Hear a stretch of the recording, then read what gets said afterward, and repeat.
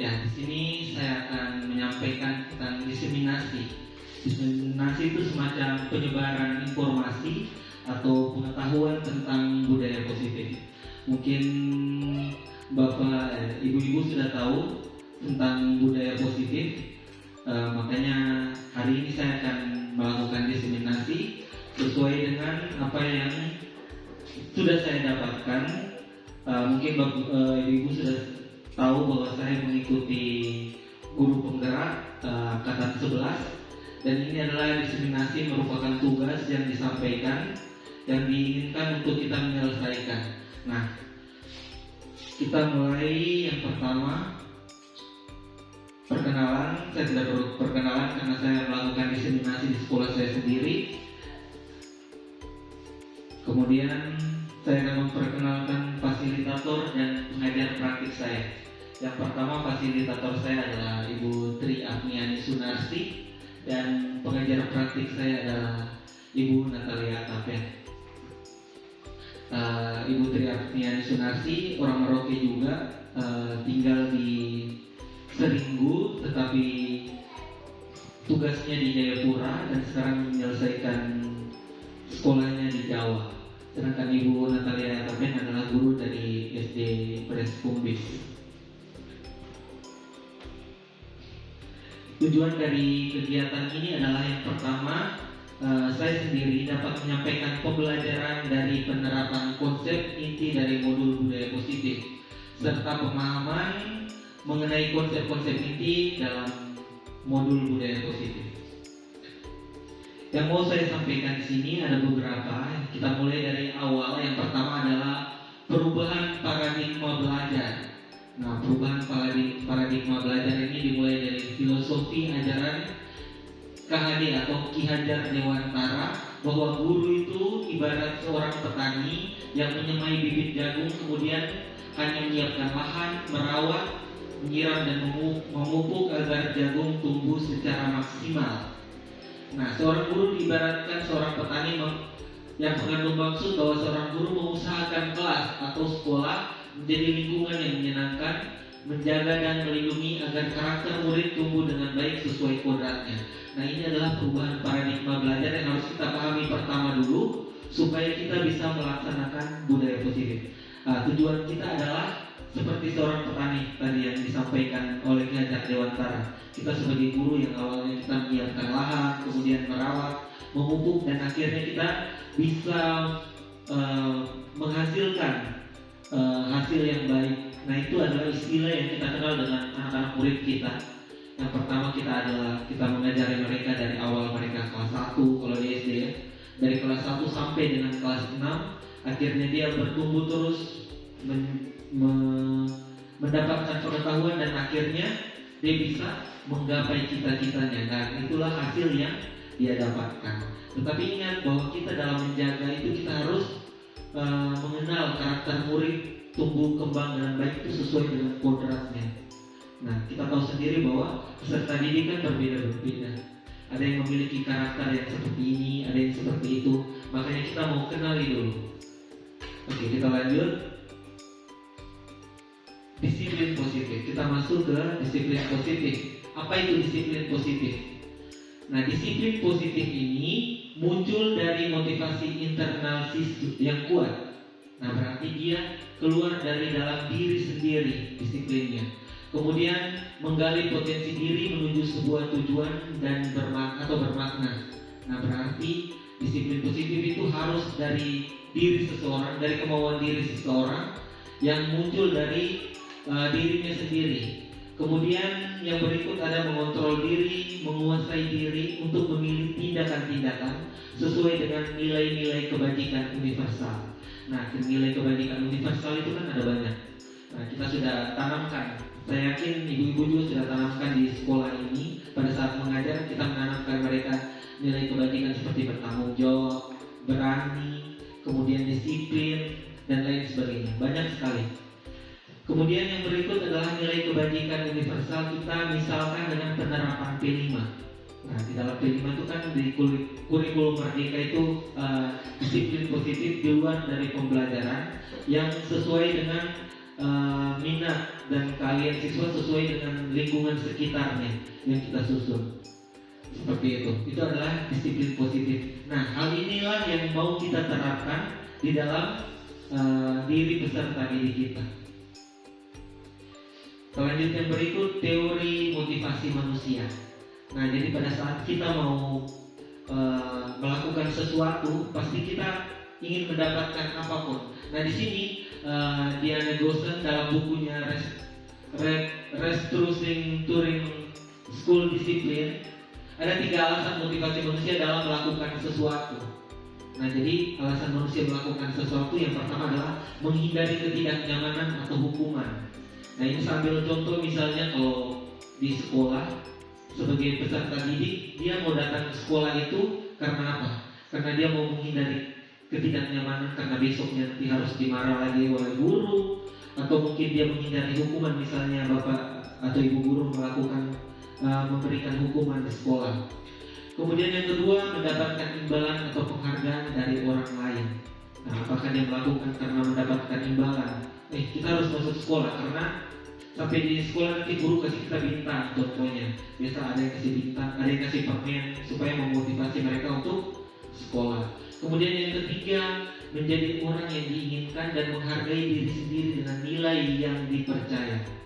Nah, dari ketiga ini yang harus kita lakukan adalah yang ketiga, walaupun sebenarnya susah, adalah menjadi orang yang diinginkan dan menghargai diri sendiri dengan nilai-nilai yang dipercaya. Itu susah. Bukan hanya murid, guru juga seperti itu. Apakah kita datang ke sekolah karena menghindari ketidaknyamanan dari kepala sekolah yang harus menegur kita, atau memberikan sanksi dengan tidak menandatangani absen, atau yang kedua kita mau mendapatkan imbalan atau penghargaan dari orang lain atau pujian. Guru ini bagus, dia datang rajin terus ke sekolah, dia tiap hari datang pagi. Nah, jadi yang mau kita laksanakan sini adalah menjadi orang yang diinginkan dan menghargai diri sendiri dengan nilai-nilai yang dipercaya. Kita lanjut ya. Nah, ini lanjutannya. Berdasarkan ketiga alasan tersebut, tindakan pendisiplinan dengan melakukan hukuman atau memberi imbalan disebut motivasi eksternal, karena dia dari luar dari diri kita. Misalnya orang lain yang memberi kita hukuman atau imbalan sehingga kita takut atau senang dengan hal itu, akhirnya kita mau melakukan hal tersebut. Dan hal itu tidak akan bertahan lama. Karena apa? Kalau misalnya hukuman atau imbalan itu tidak dikasih lagi, pasti kita tidak mau lagi melaksanakan hal tersebut. Seperti itu.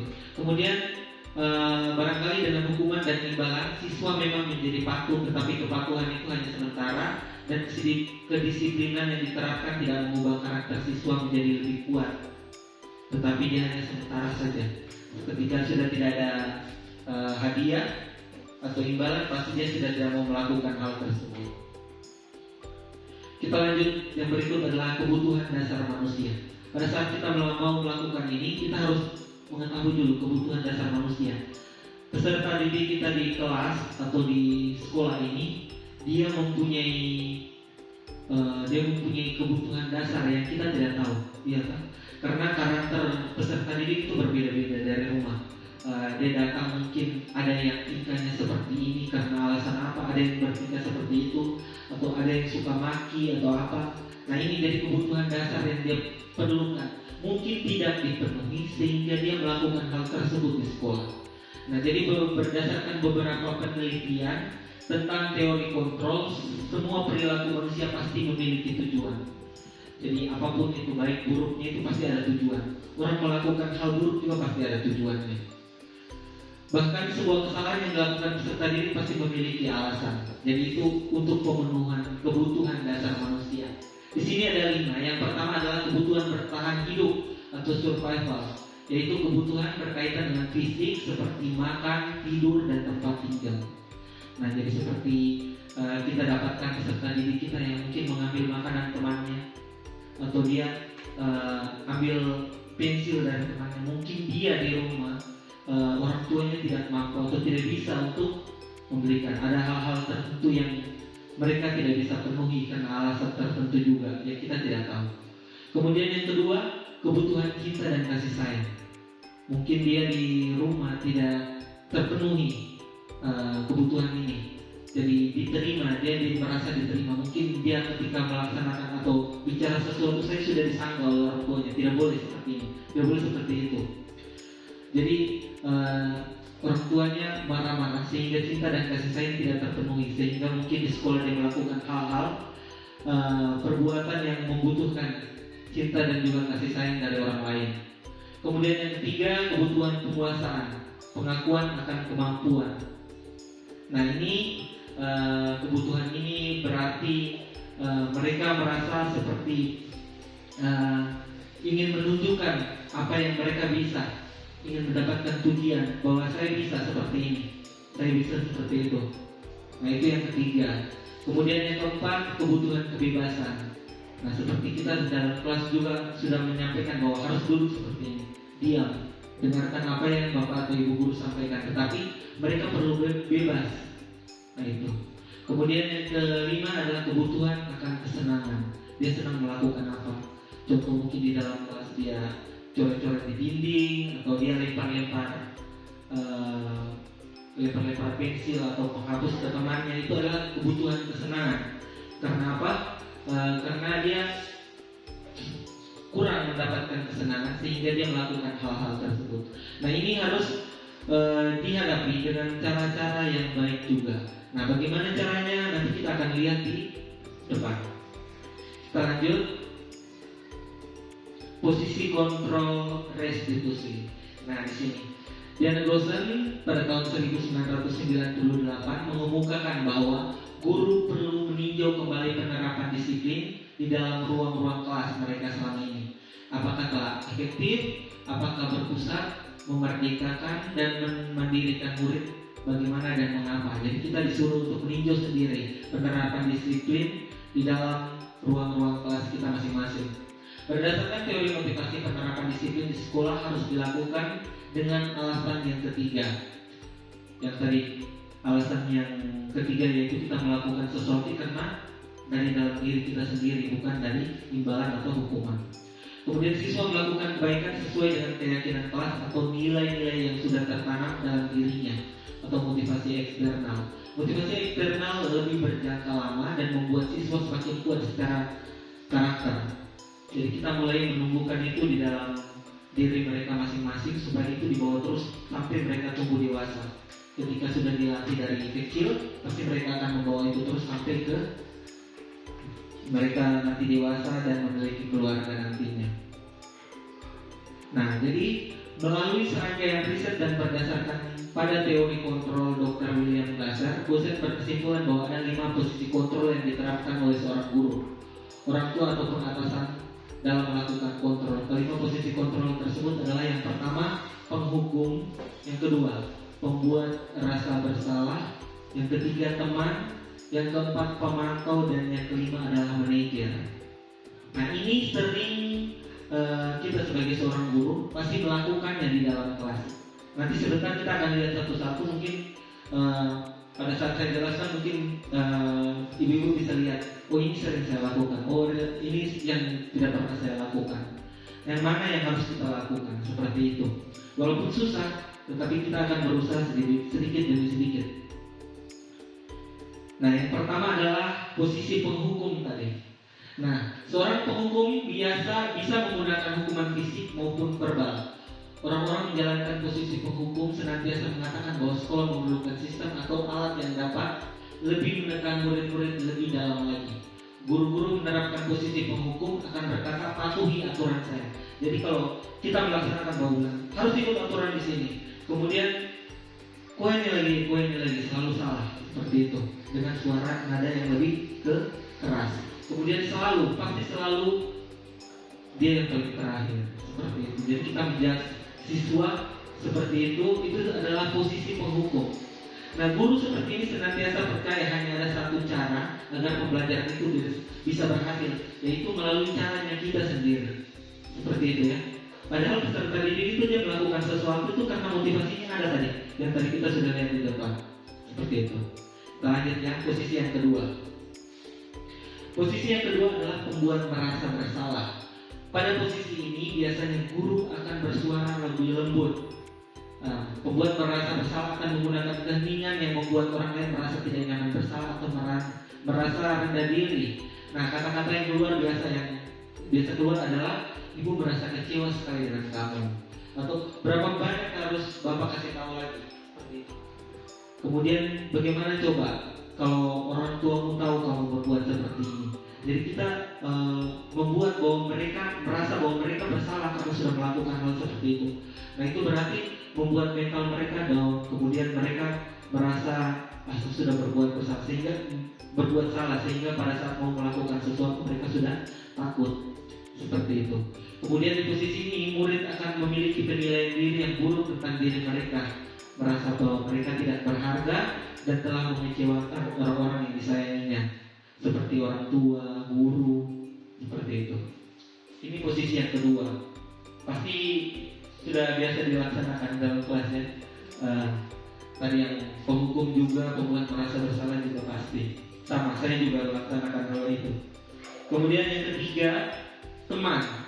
Nah, pada posisi ini tidak akan menyakiti murid, namun akan tetap berupaya mengontrol murid melalui persuasi.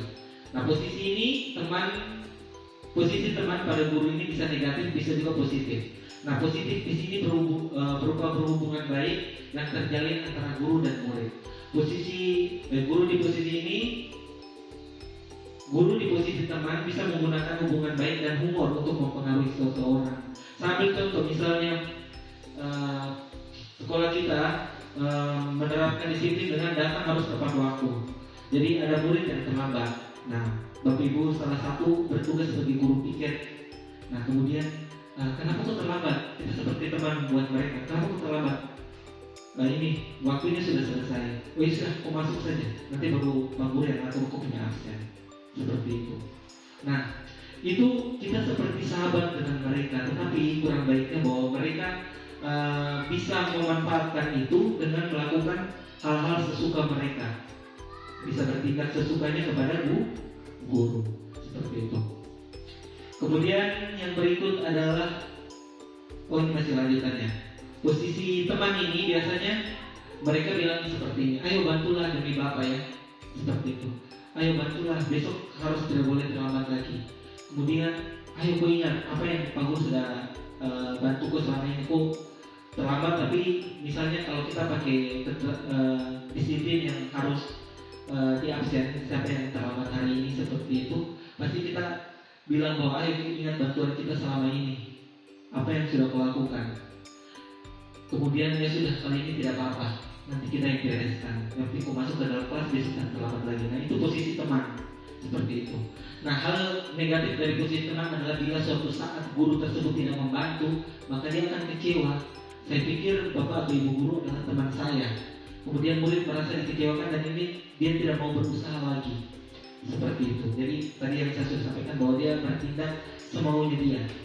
Kemudian hal lain yang mungkin timbul adalah murid hanya bertindak untuk guru tertentu dan tidak untuk guru lainnya, karena dia anggap dia adalah teman, sedangkan guru lain adalah musuhnya mungkin. Karena mungkin gurunya di dalam kelas marah-marah terus, tidak seperti teman, sehingga dia merasa ini bukan guru idaman saya, jadi saya tidak suka dengan guru tersebut, seperti itu. Ini posisi yang ketiga, posisi teman. Kemudian posisi yang keempat adalah pemantau. Memantau berarti mengawasi. Pada saat kita mengawasi, kita bertanggung jawab atas perilaku orang-orang yang kita awasi. Posisi pemantau berdasarkan pada peraturan. Posisi pemantau ini didasarkan atas peraturan-peraturan dan konsekuensi. Jadi dengan menggunakan sanksi dan konsekuensi, kita dapat memisahkan hubungan pribadi kita dengan murid sebagai seseorang yang menjalankan posisi pemantau. Nah, apa saja yang biasa dilaksanakan posisi pemantau ini? Nah, dia cuma bertanya, peraturannya apa? Apa yang sudah kalian ketahui tentang ini? Kemudian apa yang telah kamu lakukan? Sanksi atau konsekuensi apa yang setelah kita buat ini? Apa yang kau dapatkan dari hal ini? Nah, itu seperti itu. Kemudian seorang pemantau sangat mengandalkan penghitungan, catatan, data yang digunakan sebagai bukti atas perilaku seseorang. Nah, posisi Posisi ini akan menggunakan stiker, slip catatan, dan target. Nah, posisi pemantau sendiri berawal dari teori stimulus respon yang menunjukkan tanggung jawab guru dalam mengontrol muridnya. Ini juga biasa kita lakukan.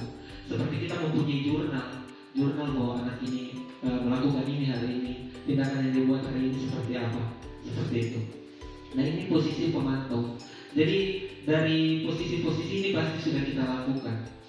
Kita lanjut ke yang terakhir, yaitu posisi manajer. Nah, posisi manajer adalah posisi di mana guru berbuat sesuatu bersama murid.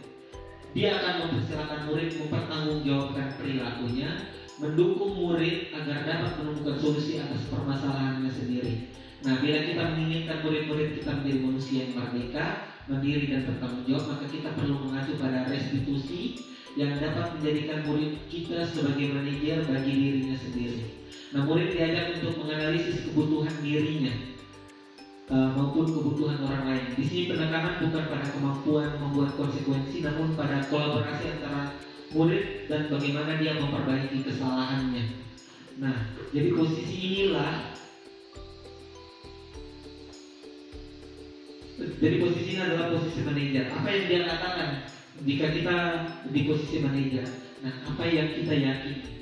Saya yakin Bapak Ibu guru pasti merasa bahwa posisi ini mungkin susah dilaksanakan di sekolah kita dengan adanya anak-anak kita yang seperti ini. Apa yang kamu yakini? Kita tanya mereka baik-baik pada saat kita berbuat salah, itu susah ya Bapak Ibu. Apalagi mereka bertengkar, terus kita datang kita masih lembut lagi. Yang biasa kita lakukan adalah mulai marah atau menggunakan posisi yang lain tadi seperti menghukum. Kemudian jika kamu meyakini, apakah kamu bersedia memperbaikinya? Nah, ini pasti kita susah untuk melakukan. Tetapi sebenarnya hal-hal seperti ini adalah hal yang baik yang bisa menumbuhkan karakter yang kuat untuk mereka. Nah, bagaimana caranya? Nanti kita akan ketahui di akhir nanti tentang keyakinan kelas yang harus dibuat.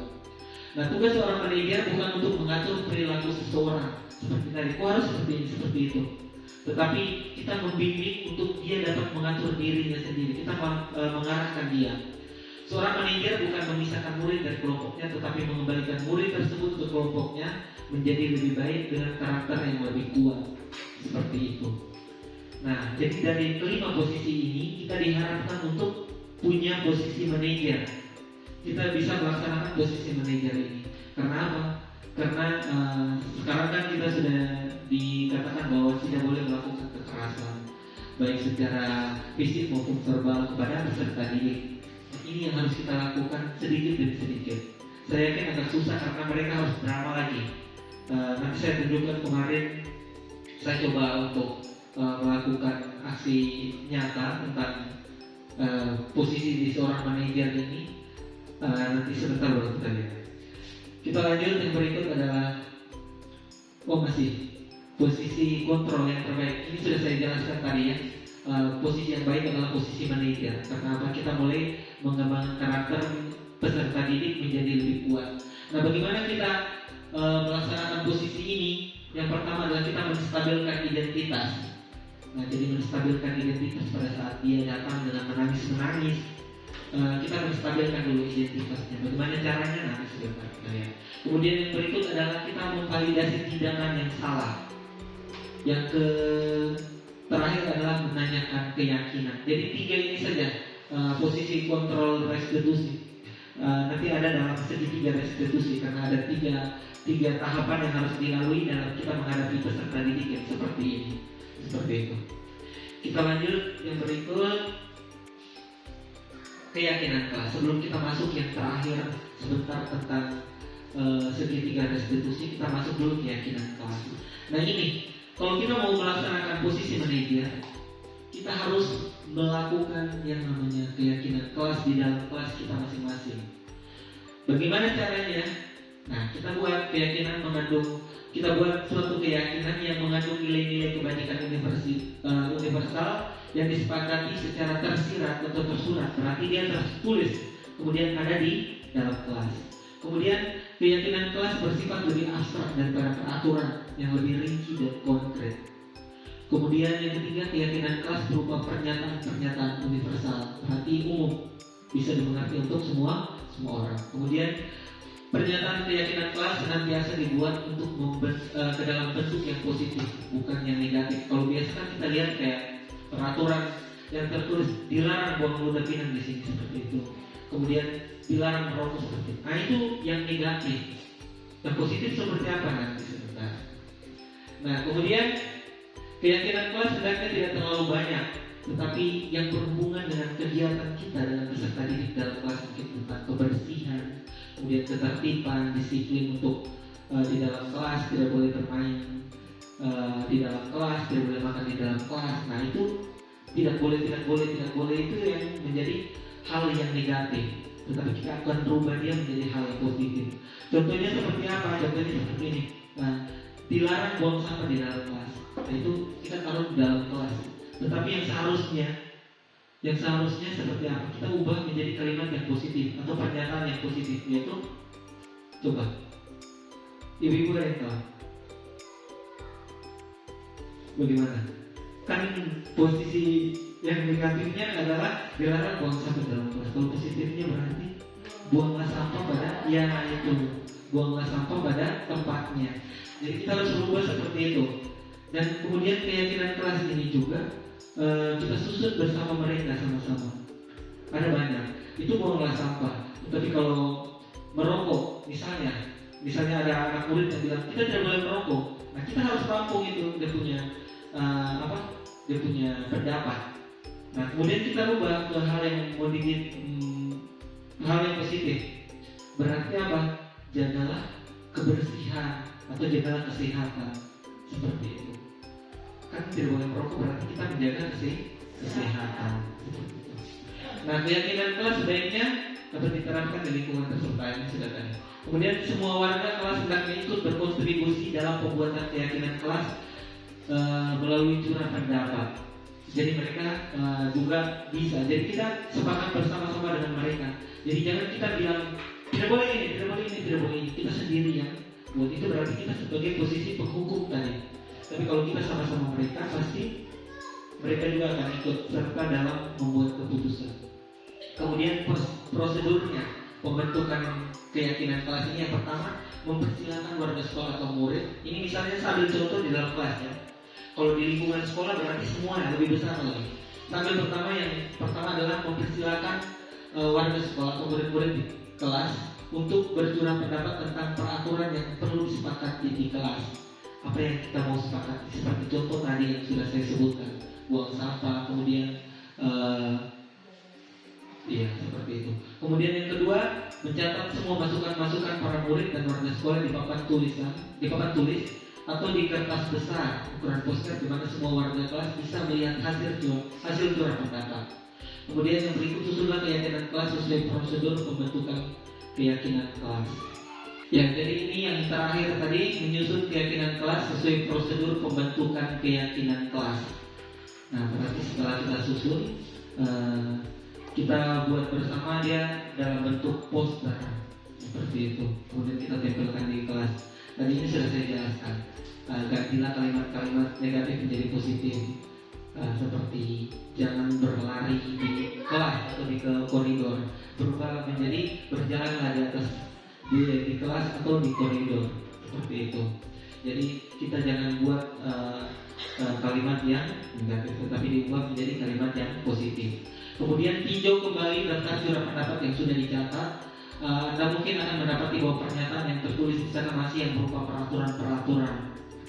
Jadi kalau yang berupa peraturan itu biasa dilaksanakan di dalam sekolah, misalnya tata tertib sekolah. Nah itu dia berupa peraturan seperti itu. Jadi kita harus tinjau kembali mana yang harus kita pakai yang ada di dalam kelas yang sesuai dengan kegiatan kita di dalam kelas, baru kita pakai itu. Kemudian selanjutnya ajak semuanya untuk menemukan nilai kebajikan atau keyakinan yang dituju dari peraturan tersebut. Seperti itu. Nilai kebajikan tadi kan yang saya sudah sampaikan, bahwa misalnya kita bilang jangan buang sampah, tadi kan kita rubah menjadi buang sampah pada tempatnya. Berarti nilai kebajikan apa? Bertanggung jawab. Mereka bertanggung jawab untuk kebersihan lingkungan sekolah. Seperti itu. Yang berikut, setelah keyakinan sekolah atau kelas selesai dibuat, maka semua warga kelas dipersilakan meninjau ulang dan menyetujui dengan menandatangani keyakinan kelas tersebut, termasuk guru dan semua warga, termasuk peserta didik juga. Kemudian keyakinan sekolah atau kelas selanjutnya bisa diletakkan di dinding kelas di tempat yang mudah dilihat, seperti kita bisa menempel di dalam kelas. Sesuai dengan keinginan ibu guru mungkin dibuat sedemikian rupa, misalnya buanglah sampah pada tempatnya, ditaruh gambar seperti itu. Kemudian kita lanjut. Nah, ini dokumentasi. Saya sudah coba untuk membuat keyakinan kelas dengan peserta didik. Ini merupakan awal, sebenarnya agak susah, tetapi bisa. Kemudian saya berencana yang mau saya lakukan adalah menempelkannya dalam kelas, tetapi harus saya dahului dengan mengecat kelas supaya pada saat ditempelkan dia kelihatan bagus seperti itu. Makanya sudah saya beli kitnya, tinggal nanti saya laksanakan. Semoga bisa berjalan dengan baik. Nah, yang pertama adalah saya memberikan mereka pengetahuan dulu tentang keyakinan kelas, apa yang harus mereka buat. Kemudian mereka menuliskan masing-masing. Setelah itu kita ubah tadi menjadi kalimat yang positif. Setelah itu mereka mulai menuliskan apa yang mereka inginkan dan menempelkan di papan. Nah, itu belum selesai karena nantinya dari hasil itu akan kita buat bersama-sama dalam bentuk poster.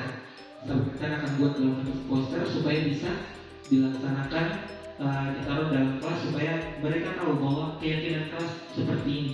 Sehingga pada saat mereka melakukan tindakan dengan bertengkar atau kita tinggal tanya saja, apa yang gue yakini, apa yang kita sudah sepakati bersama, seperti itu.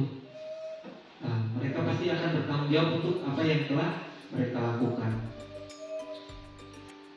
Yang terakhir adalah segitiga restitusi. Nah, dalam kita melaksanakan posisi yang terakhir tadi, posisi yang kelima, posisi manajer itu, inilah yang harus kita laksanakan.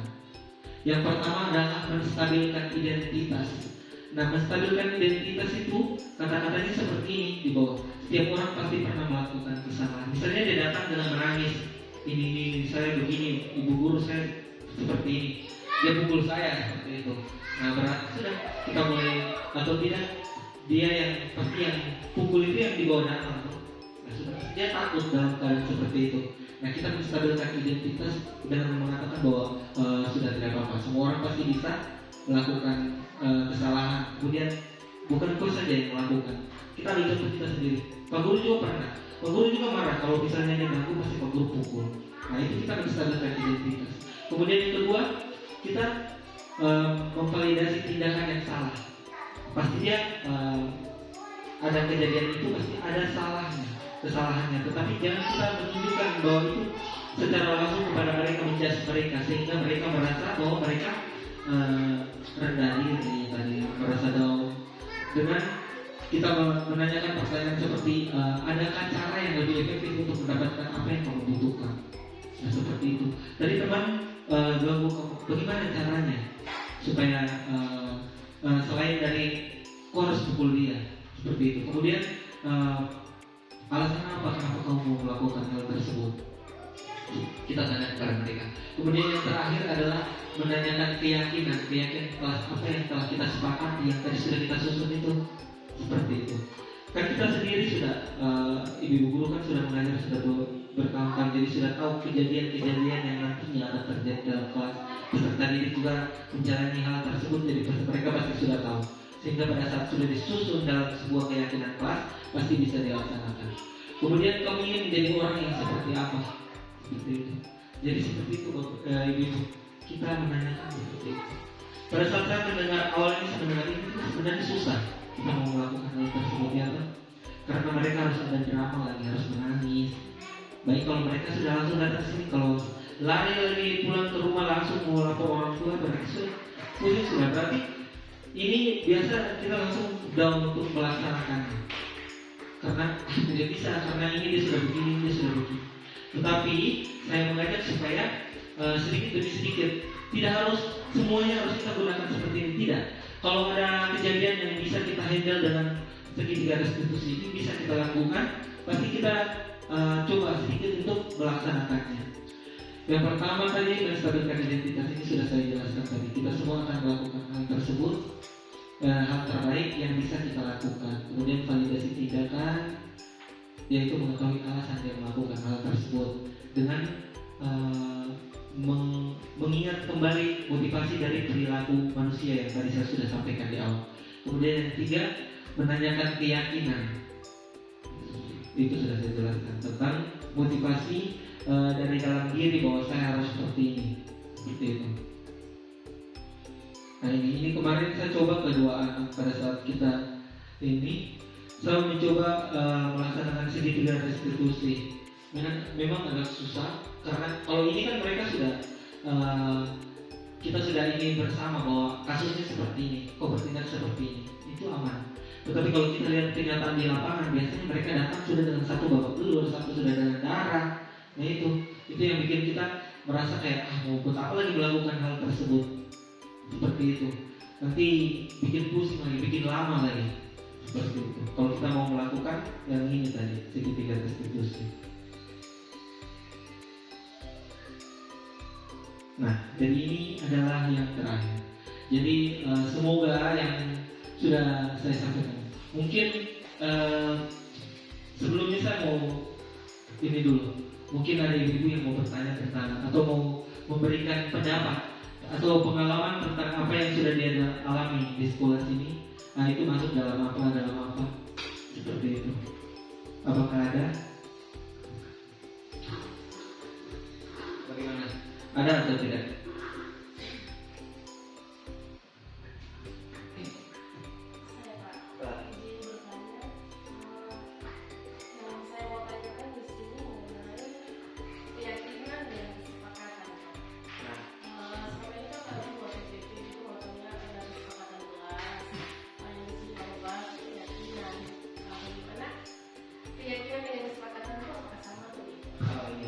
Jadi terima kasih Bu Fitri untuk pertanyaannya.